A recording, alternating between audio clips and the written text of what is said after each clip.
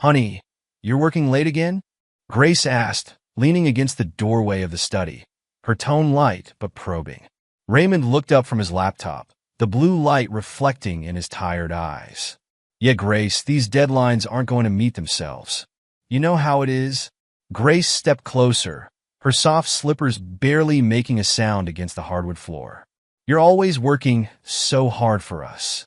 I don't know how you do it, she said, resting a hand on his shoulder before kissing his forehead.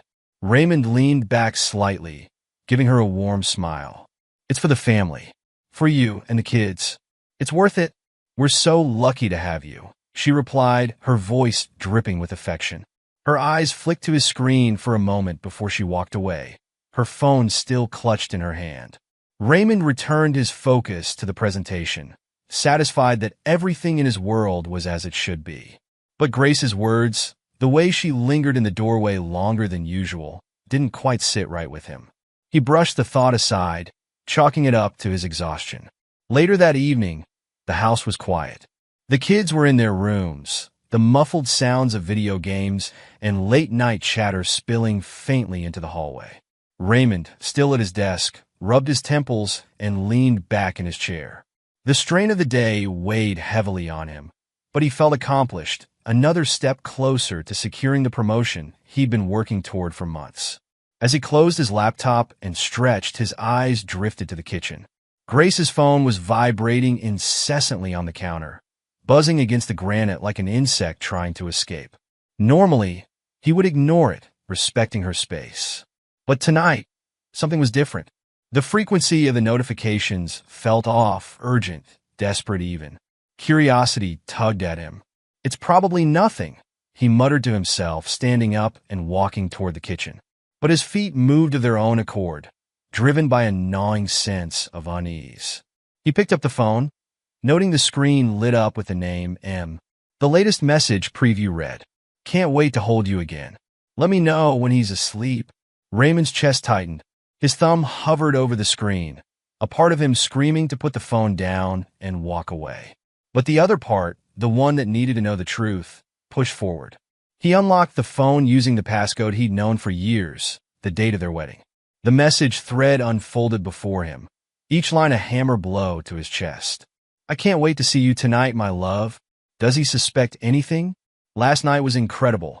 You're worth every risk." Raymond's hands shook as he scrolled through the messages, the casual intimacy between Grace and M slicing through him like a blade. His breathing grew ragged and his vision blurred. The kitchen, once a warm and familiar space, now felt cold and foreign. Footsteps sounded from the hallway. Grace appeared, her hair tied back and a mug of tea in her hands. "Raymond, what are you doing?" she asked, her tone a mix of surprise and caution. He turned to her slowly, holding up the phone. "Care to explain this?" Her eyes widened for a split second before she composed herself. "That's private. You had no right to look at my phone." "No right," he repeated, his voice rising. "I'm your husband. Who the hell is him?" Grace set the mug down on the counter, her hands trembling. "It's not what you think," she began, but Raymond cut her off.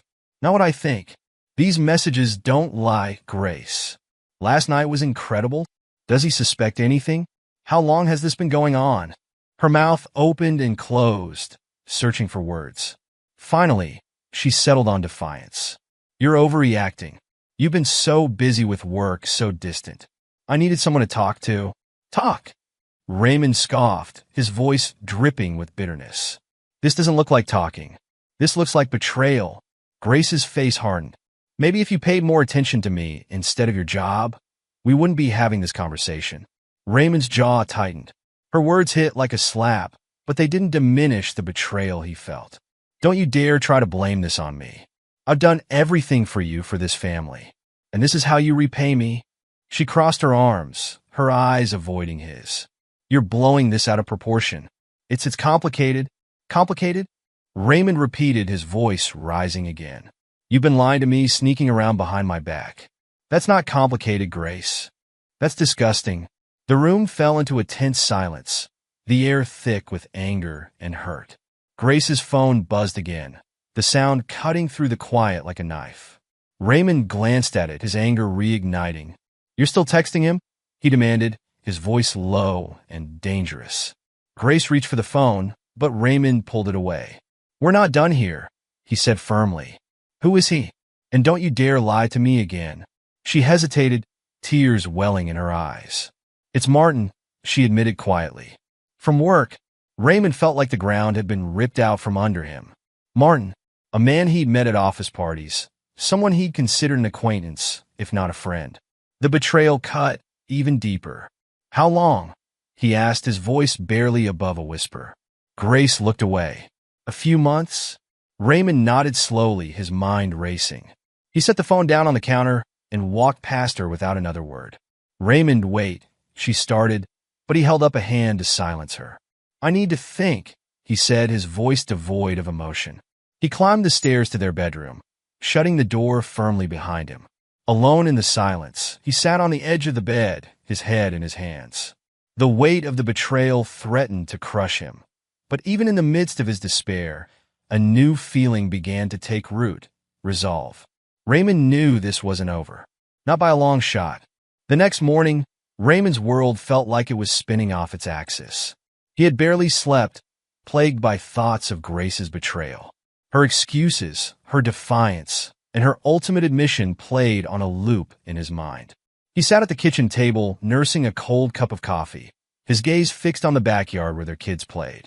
They were laughing, blissfully unaware that their family was fracturing beneath the surface. Grace had tried to talk to him before she left for work, but he had shut her down with a curt, "Not now." He couldn't face her, not until he had more answers. Words alone weren't enough.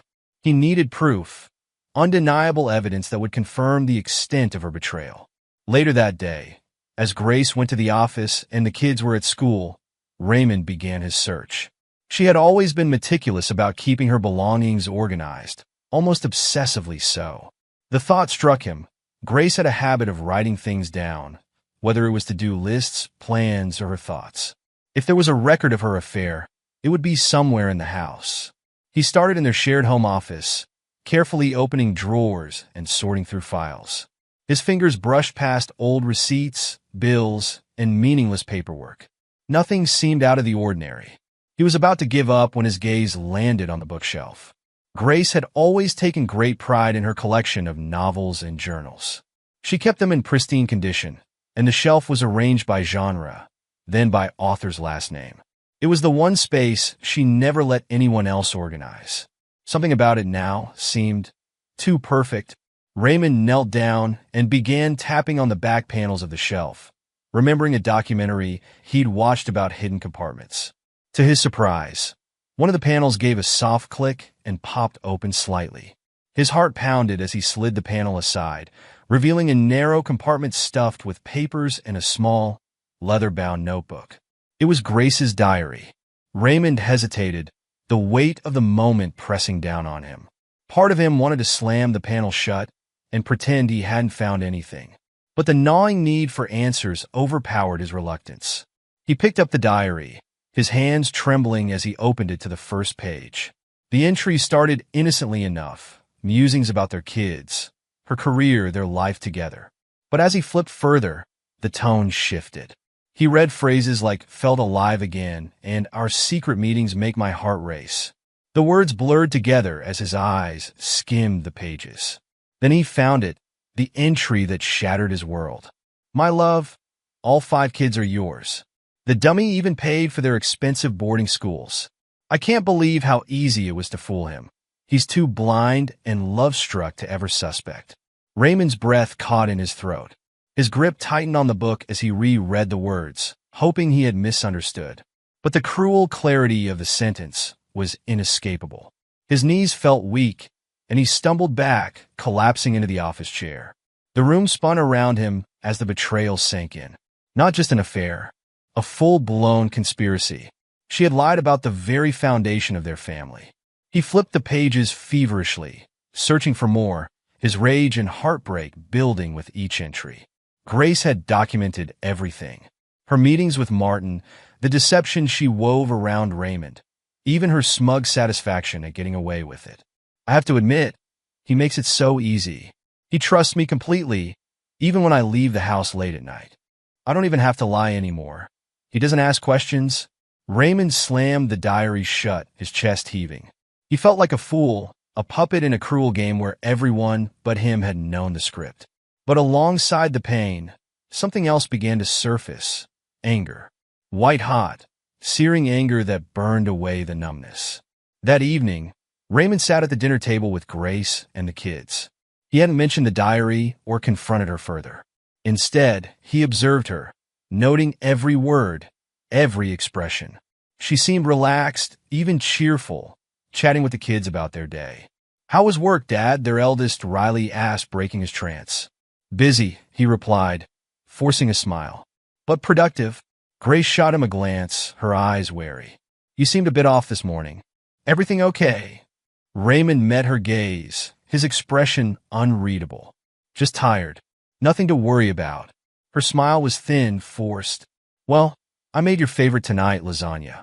I figured you could use a little comfort food." "Thanks, Grace," he said, his tone neutral. "It's always nice to come home to a warm meal." The words tasted bitter in his mouth, but he kept his composure. He wouldn't give her the satisfaction of knowing how deeply she had hurt him. Not yet. After dinner, Raymond volunteered to clean up, letting Grace tuck the kids into bed. As he scrubbed the dishes, he replayed the diary entry in his mind. The venom in her words was unlike anything he had ever imagined from the woman he had loved for over a decade. His mind raced with plans, scenarios for how to confront her, how to unravel the web of lies she had spun. Once the house was quiet, Raymond returned to the office and opened the diary again. This time, he read it more carefully, taking photos of key entries with his phone. He noted dates, places, and even the names of people who might have known about the affair. His fury only deepened as he pieced together the timeline. One entry stood out among the rest. "Martin says he's ready to take the next step. He thinks I should leave Raymond and start fresh with him. But why would I? Raymond is the perfect cover. He pays the bills, keeps the kids in their fancy schools, and never suspects a thing. I have the best of both worlds, and I'm not giving it up." Raymond clenched his fists, his knuckles white. The audacity, the sheer callousness of her words was staggering. She didn't just betray him. She used him as a pawn in her twisted game. Grace entered the room suddenly, pulling him from his thoughts. "What are you doing in here?" she asked, eyeing the open diary on the desk. Raymond closed it calmly and stood up. "Just organizing some papers," he said, slipping the diary into a drawer behind him. She narrowed her eyes. "You're acting strange." "Am I?" he asked, his tone cool. "Maybe I've just had a lot on my mind." Grace hesitated, then nodded. "Well, don't stay up too late. You need your rest." Raymond watched her leave, his expression hardening. The diary was more than proof. It was his weapon. And soon, Grace would realize just how much damage she had done.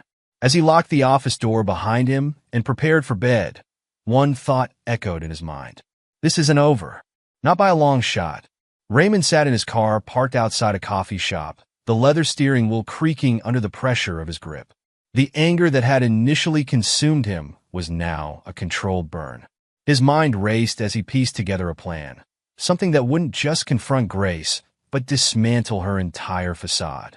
He knew he couldn't do it alone. The betrayal had too many layers, and the stakes were too high. That's why he made a call that would change everything.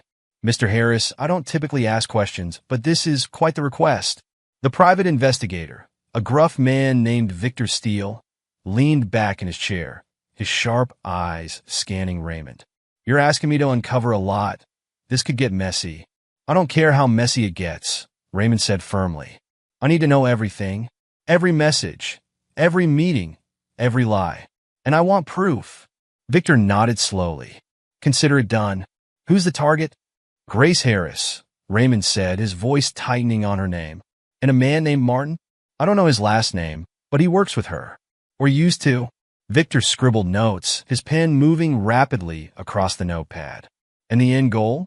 "Total exposure," Raymond said, leaning forward. "I want to know where her money's hidden. I want to know how far this betrayal goes. And when I'm ready, I want her to have nowhere to hide." Victor smirked. "You're not messing around, are you? Not even a little?" The next few weeks passed in a tense haze. Raymond continued to play the role of the oblivious husband at home, Grace seemed to sense his emotional distance but chalked it up to work stress. "You've been so quiet lately," she said one night over dinner, her tone laced with false concern.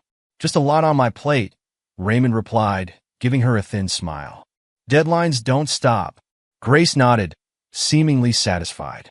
She'd bought his excuse, which only fueled his resolve. Victor's first report arrived 2 weeks later. It was a file thick with evidence.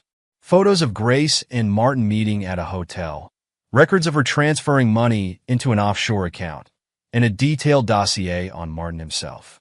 Raymond sat at his desk late that night, flipping through the report. Martin wasn't just any former colleague. He was a predator, a man with a history of manipulating women to climb the corporate ladder. He'd been fired from his last job for misconduct and was now running a startup, a floundering one from the looks of it. Perfect, Raymond muttered to himself. The hardest part of his plan was securing the truth about the kids. The diary's implications haunted him, but he needed confirmation.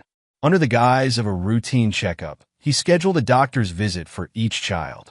He submitted DNA swabs, telling himself that no matter the results, he wouldn't abandon them. When the results came back, the truth hit like a sledgehammer. None of the 5 children were biologically his. Not one. Raymond stared at the lab report, his knuckles white as he gripped the paper. The betrayal felt infinite, a chasm so deep he couldn't see the bottom. But he didn't cry, didn't scream. He simply folded the paper and slipped it into his briefcase. That evening, Grace found him in the living room, staring at a photo of their family on the mantel. "You okay?" she asked, tilting her head. "Yeah," Raymond said evenly. "Just thinking about how fast time flies." Grace smiled, oblivious. "It really does. Can you believe Riley's almost ready for college?" Raymond forced a nod. "Yeah, crazy." Now that he had the evidence, Raymond began his calculated revenge.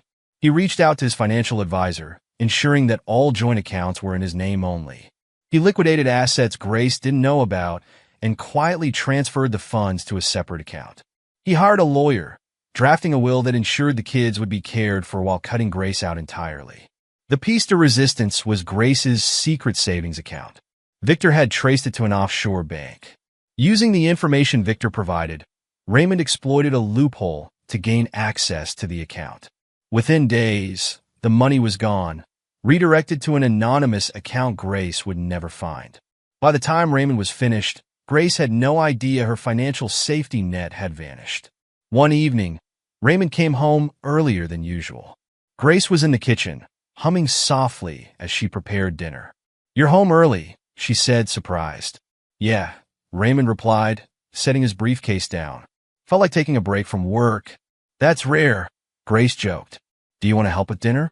"No," Raymond said, his tone sharper than intended. "We need to talk." Grace froze, her back to him. "Talk about what?" "About Martin," Raymond said coldly. She turned slowly, her face a mixture of fear and defiance. "Raymond, we've been over this. I told you it was a mistake, and it's over." Raymond pulled out a folder from his briefcase and tossed it onto the counter. "Does this look over to you?" Grace's hands trembled as she opened the folder. Inside were photos of her and Martin at the hotel, screenshots of their messages, and a copy of her bank transfers. She flipped through the evidence, her face draining of color. Where did you get this?" she stammered. "Does it matter?" Raymond asked, crossing his arms. "You lied to me. You cheated. You stole. And now I know everything." "Raymond, please, I can explain," she pleaded, tears streaming down her face. "I was lonely." Save it," he snapped. "I'm not interested in your excuses." Grace fell to her knees, clutching the folder. "Please, Raymond, I'll do anything. Just don't leave me." Raymond stared at her, his expression unreadable. "You should have thought about that before you destroyed our family." Raymond's final move was setting the stage for public humiliation. He coordinated with Victor to leak Martin's shady dealings to the press. Within days, Martin's startup was under investigation for fraud. Investors pulled out, and the company crumbled. Grace, still unaware of the extent of Raymond's plans, tried to salvage their marriage. She cooked his favorite meals, left him handwritten notes, and even suggested counseling. But Raymond remained distant, his focus on the endgame. The tipping point came at Christmas dinner. Raymond invited Grace's parents, Martin, and even his own father, who had unknowingly helped Grace cover up her lies. The house sparkled with Christmas cheer. Strings of lights twinkled around the windows, the fireplace crackled warmly, and the aroma of roasted turkey filled the air. Grace moved through the dining room with practiced ease, straightening the silverware and adjusting the candles. Her cheerful demeanor hid the growing unease in her chest. Raymond had been distant lately, and his quiet presence in the corner of the room only added to her anxiety. "Dinner's almost ready," Grace said brightly, glancing at Raymond as he scrolled through his phone, his face unreadable. "Great," Raymond replied without looking up. His tone was flat, but it carried weight, like a storm cloud lingering on the horizon. The guests began arriving, filling the house with laughter and conversation. Grace greeted her parents with hugs, offered drinks to Raymond's father, and made polite small talk with the rest of the family. Martin arrived last, carrying a bottle of wine and a confident smile. "Grace," Martin said warmly as he handed her the wine, his hand brushing hers for a split second too long. "Merry Christmas." "Merry Christmas," she replied, her voice a touch too high. She glanced at Raymond, who was watching them from the corner, his expression as still as stone. The dining table was a masterpiece of holiday decor, red and gold placemats, glittering ornaments as centerpieces, and Grace's best china. The conversation flowed as dishes were passed around.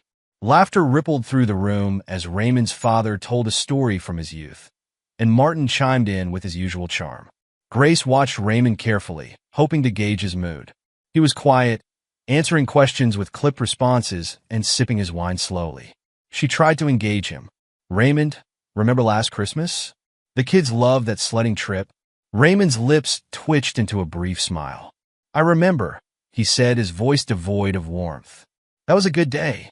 Grace nodded, trying to hide her unease. The tension between them felt like a thread stretched too tightly, ready to snap. As the main course was finished and dessert was being served, Raymond stood, raising his glass. The room quieted, all eyes turning to him. Grace's parents smiled, expecting a heartfelt toast, while Grace shifted nervously in her seat. "A toast," Raymond began, his voice steady but cold. "To family, to truth, and to finally airing out the dirty laundry." Confused murmurs spread around the table. Grace's mother looked puzzled, while Martin glanced at Grace, his confident demeanor slipping. Raymond set his glass down with deliberate precision and picked up a folder from the side table. He walked around the table and placed it in front of Martin, who stiffened in his seat. "Go ahead, Martin," Raymond said, his tone daring. "Why don't you open it? I'm sure you'll find it enlightening." Martin hesitated, his eyes darting to Grace, who shook her head almost imperceptibly. But the weight of the room's curiosity pushed him to comply. His fingers fumbled as he opened the folder and began flipping through its contents. His face paled. "What is this?" Martin asked, his voice barely above a whisper. "Oh, you know exactly what it is," Raymond replied, his voice rising with controlled anger.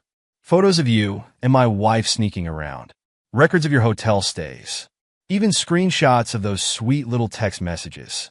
Shall I read one out loud for everyone here?" The room erupted in gasps.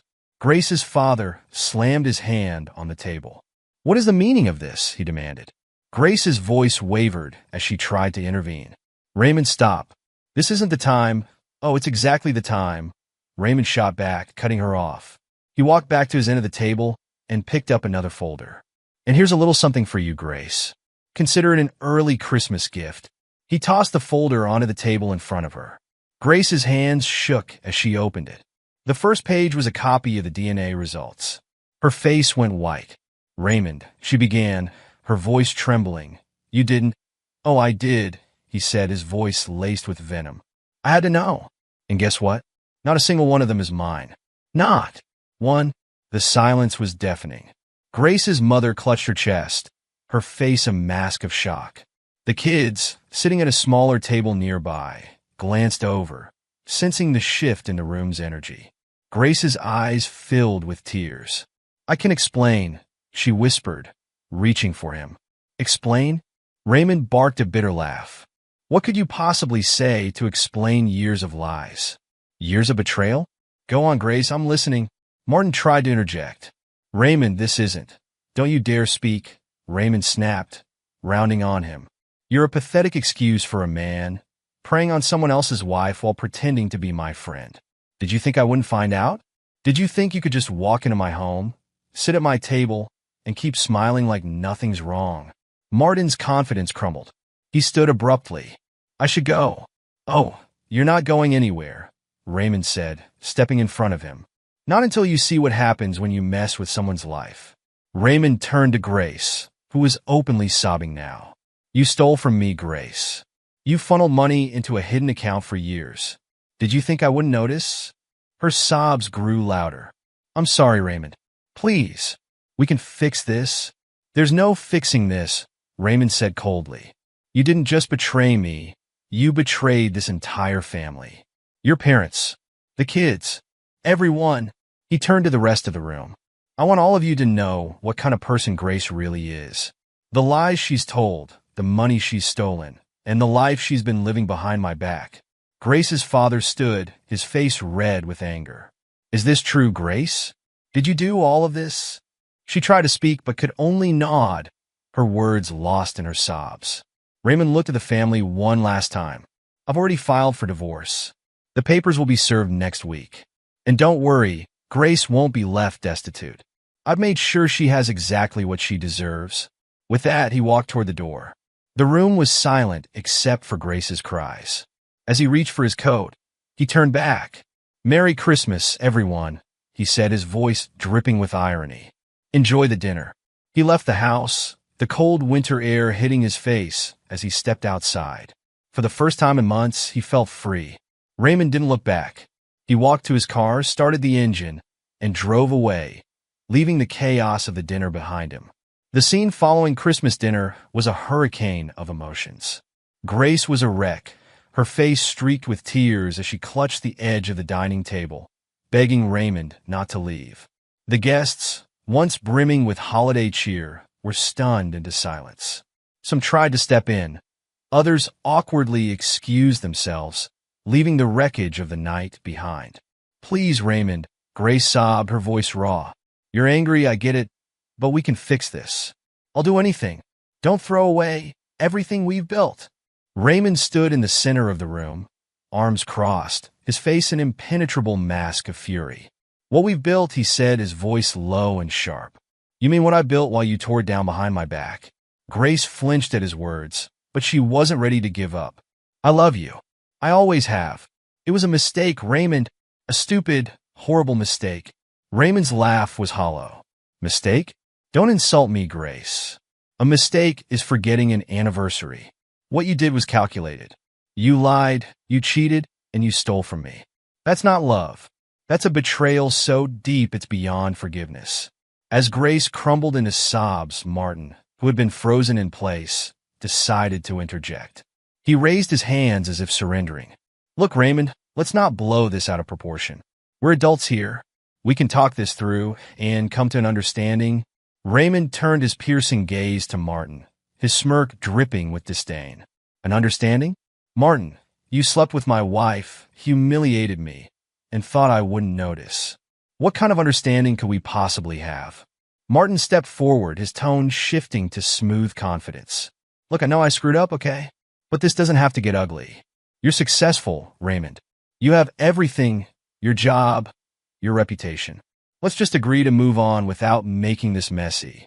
Raymond took a deliberate step toward Martin, his voice dropping to a deadly calm. Messy? Oh, Martin, you don't understand. I've already taken steps to ensure this is as messy as it gets for you. Martin's confident facade cracked. What are you talking about? Your company, Raymond said, a dangerous edge to his tone. You know, the one where you climbed the ladder by stepping on others? I have the receipts, Martin. The shady deals, the questionable ethics. Let's just say your board of directors is going to be very interested in what I've uncovered. Panic flashed across Martin's face. You're bluffing. Raymond leaned in, his voice a whisper that cut through the room. Am I? Check your inbox when you get home. I've already sent the evidence. As Martin stumbled back, his composure unraveling, Grace fell to her knees. "Raymond, please," she cried, clutching his hand. "Don't do this. I'll do anything. I'll make it right. Just don't leave me. Don't ruin this family." Raymond pulled his hand away, his expression icy. "You already ruined it, Grace. The family you're talking about? You broke at the moment you decided my love and trust weren't enough for you. But the kids," she sobbed. "They need you, Raymond. They need their father." Raymond's jaw tightened. "They will always have me. But you? You're nothing to me now." Grace tried to stand, but her legs gave out. She clung to the table for support, her voice barely a whisper. "Don't take them away from me." Raymond's eyes softened for a brief moment. "I won't take them away from you, Grace. But I will make sure they know the truth. All of it. They deserve to know who their mother really is." Grace's parents, who had been silent spectators, finally spoke up. Her mother, tears streaming down her face, approached Raymond. "Please, Raymond, think about the children. Think about the family." Raymond's face remained impassive. "Your daughter didn't think about that when she betrayed me. She made her choices. Now she'll face the consequences." Her father, red-faced and angry, pointed a trembling finger at Grace. "How could you do this, Grace? To your husband? To your children? What kind of mother?" "Dad, stop." Grace shrieked, covering her ears. "I know I messed up, okay? I don't need you to pile on." Raymond turned to her father, his tone measured but firm. "No, let him speak. She should hear it. Maybe it'll make her understand the gravity of what she's done." In the midst of the chaos, the children, who had been sent to their rooms, peeked from the top of the staircase. The oldest, a teenager, walked down cautiously. "Dad? Mom? What's going on?" Grace's head shot up, her face a mask of panic. "Go back upstairs," she shouted. Raymond held up a hand to stop her. "No, let them stay." The teenager frowned, looking between his parents. "What's happening?" Raymond knelt down, his voice calm but firm. "I'm sorry you have to see this, but it's time you know the truth. Your mother has been lying to me, and to all of us." Grace scrambled to her feet, her voice desperate. Don't drag them into this." "They deserve to know," Raymond said, his eyes locked on hers. "I'm not going to sugarcoat it. They're old enough to understand." The teenager's face hardened. "What did you do, Mom?" Grace broke down, unable to answer. Raymond straightened, looking at Grace one last time. "This is over. The divorce papers will be on your desk tomorrow. And don't think for a second I won't protect myself and the kids. Every dirty secret, every lie, it's all documented. I've already spoken to my lawyer." Grace's sobs filled the room as Raymond turned to Martin. "You should leave. Now." Martin hesitated, glancing at Grace, but Raymond's glare made it clear there was no room for negotiation. He grabbed his coat and left without another word. The room fell into a heavy silence, broken only by Grace's cries. Raymond walked past her, stopping at the stairs to address the children. "I love you, and I always will. This doesn't change that. But things are going to be different from now on." When morning came, the house was eerily quiet. Grace sat at the kitchen table, her eyes swollen from crying. The kids avoided her, sticking close to Raymond, who made breakfast with a calm efficiency. Grace tried to speak to him, but he ignored her, focusing on the children. "What do you guys want to do today?" he asked, his voice warm. The youngest tugged at his sleeve. "Can we go to the park?" "Of course," Raymond said with a smile. "Get your coats." As the kids ran off to get ready, Grace reached for his arm. "Raymond, please. Just listen to me." He pulled his arm away. "There's nothing left to say, Grace." He left with the kids, leaving her alone in the empty house, the weight of her choices crashing down on her. 11 years had passed since that fateful Christmas dinner. For Raymond, the years had been both grueling and transformative. His life was unrecognizable now, not because of what had been taken from him, but because of what he'd rebuilt. The man who had once been blindsided by betrayal now stood at the helm of one of the most successful corporations in the country. He had bought out Martin's failing company a few years after the scandal, gutting it and repurposing it into a powerhouse under his own brand. It was poetic justice. Raymond's personal life had flourished as well. He'd found love again, this time with someone who saw him for who he truly was and valued him in ways Grace never had. His new wife, Claire, was sitting at the front of the audience today, smiling warmly, her presence a quiet reminder of how far he had come. The stage was set for his most significant announcement yet, a merger that would make his company one of the largest in the industry.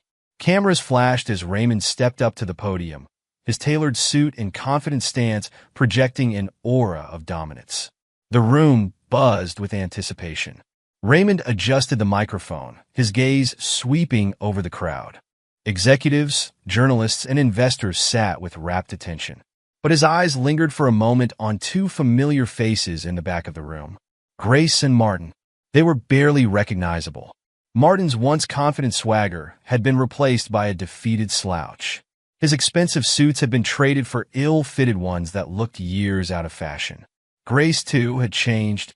The years of financial ruin and social ostracism had taken their toll, and the woman who had once exuded an air of superiority now looked worn and tired.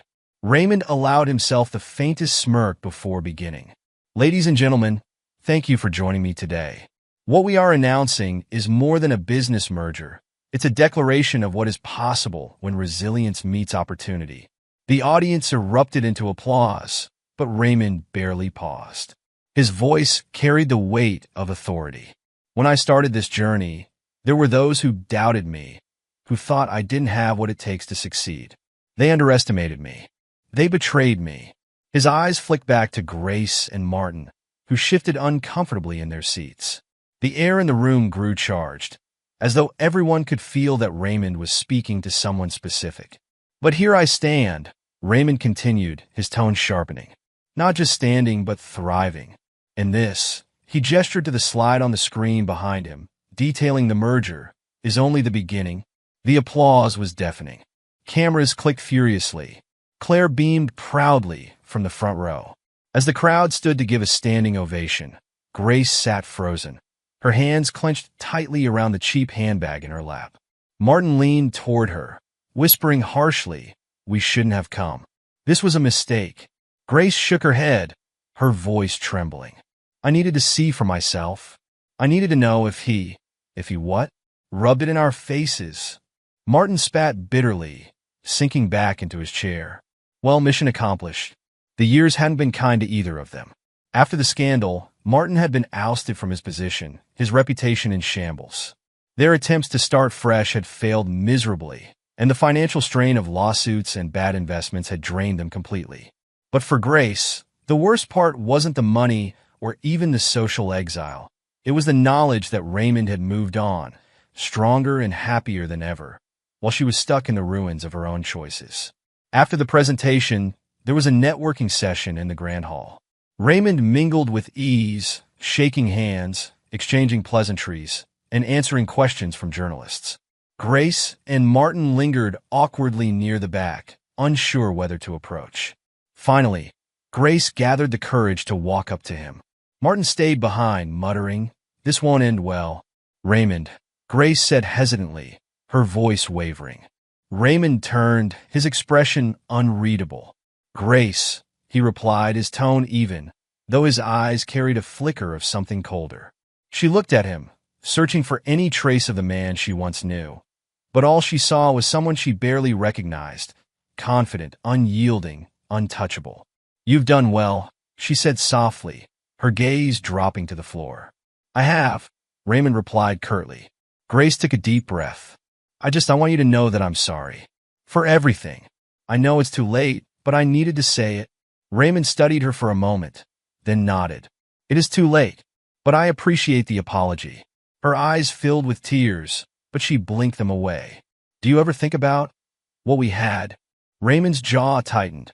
He glanced toward Claire, who was laughing with a group of executives. "What we had," he repeated. "No, Grace. I think about what I have now, and I wouldn't trade it for anything." The words hit her like a blow, but she forced a smile. "I'm glad you're happy." Raymond nodded. "I am, and I hope you found some kind of peace."